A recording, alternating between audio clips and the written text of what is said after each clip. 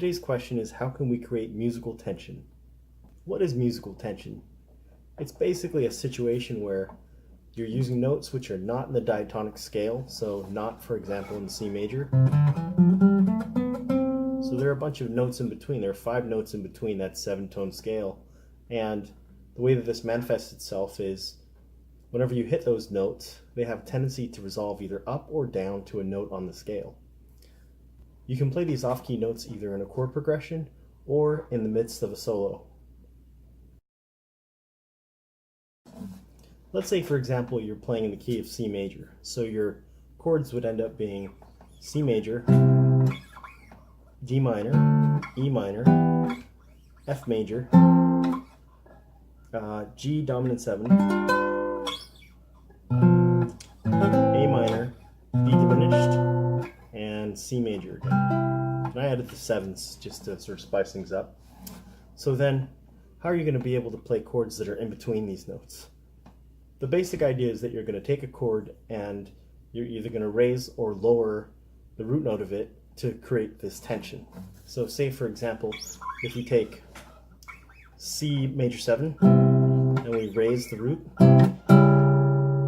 then you end up with a minor 7 flat 5 chord or a half diminished chord, and it lends itself to movement to the minor, the 2 degree. So if we do this, we have this nice chromatic movement from C to D, and you can keep going. For example, if you take the D minor and make it a D sharp diminished 7, full diminished, and then you go to the 3rd degree, which is a minor chord, you can walk it all the way up the chromatic progression from C to C sharp to D sharp to E. So you end up with something like this.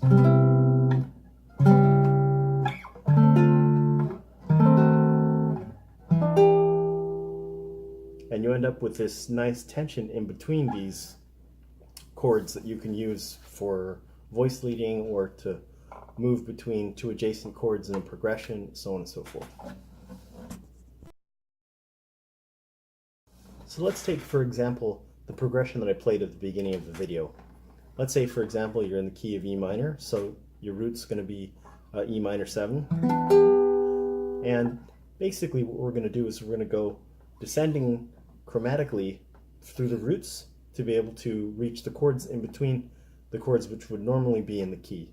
So, for example, we're going to take, since we're in a minor and we want the leading tone, the 7th degree is going to be raised by 1/2 step. So you're going to actually have the 1, which is here, E minor 7, and then the 7th chord is actually going to be a half diminished chord, right, which is kind of nice.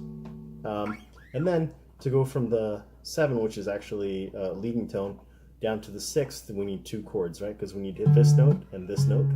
So we're going to have, we can lower it by 1/2 step from half diminished to get a major 7 chord, a D major 7 chord, and then we can keep going further and use a half diminished to get to the major 7 chord, which is the 6th scale degree. So if we take a 6th scale degree and you look at it the other way around, what you're really doing is to get the half diminished passing chord, you take that and then you raise the root to this half diminished. There's this nice tense sound. So we're going again from the 1, the 7, an altered 7, an altered 6, the 6, the dominant 7/5, and then back in your cadence to the 1.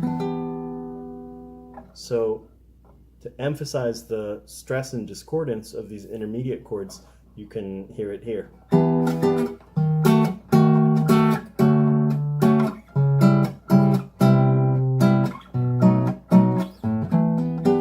So for example, if we're on the 5 and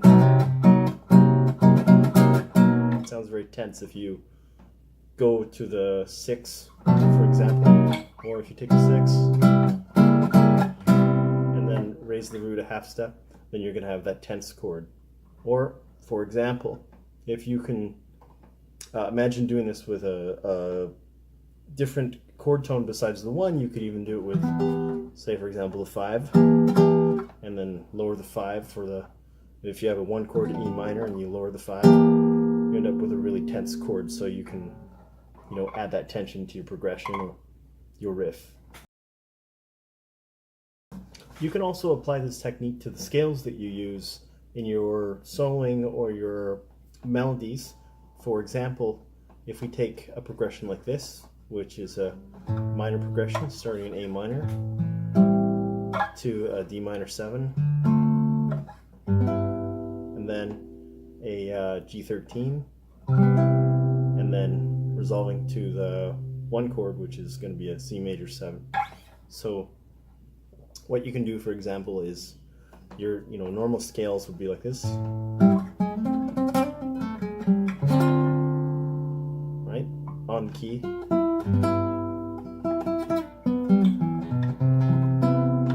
Okay, but say for example, if you wanted to try something a little bit off key, you could add some tension to your melody line, something like this.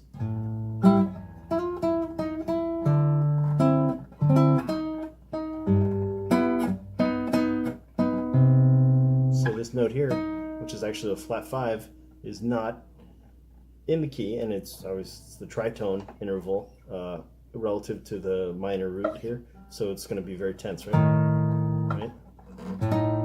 You get away with a little bit more because it's in the higher register, so it's not as clashing, but it's very tense, right? If you wanted to. So I'll play that again.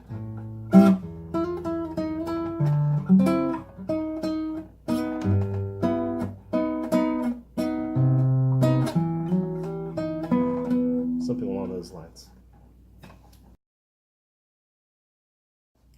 Another example of using off-key notes for melodies or improvisations is when you are soloing over progression. Say for example, if you have this. So instead of using like just the blues scale or the pentatonic scale, you can use the notes in between, the chromatic notes in between, during passing times in between your lick to kind of make things a little bit more tense, a little bit more interesting. Or as opposed to using like diatonic licks, like if you did this, right? It's all just diatonic. But if you tried to spice things up a little bit and using some of the off-key notes, you can do things like this.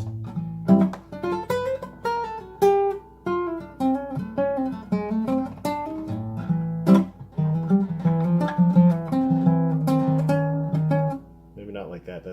Sometimes it gets a little off the rails if you don't know where you're going. But basically, like, the idea is to, use some experimentation and figure out what sounds good, figure out when you can stress it on the upbeat, on the offbeat, so on and so forth, and just experiment and try to have a good time. So hopefully this gives you some new ideas on how you might use diminished chords as passing chords and off-key notes during your solos to kind of spice things up. If you find this stuff useful, please click like and subscribe and share this video, and I'll see you guys next time for another video.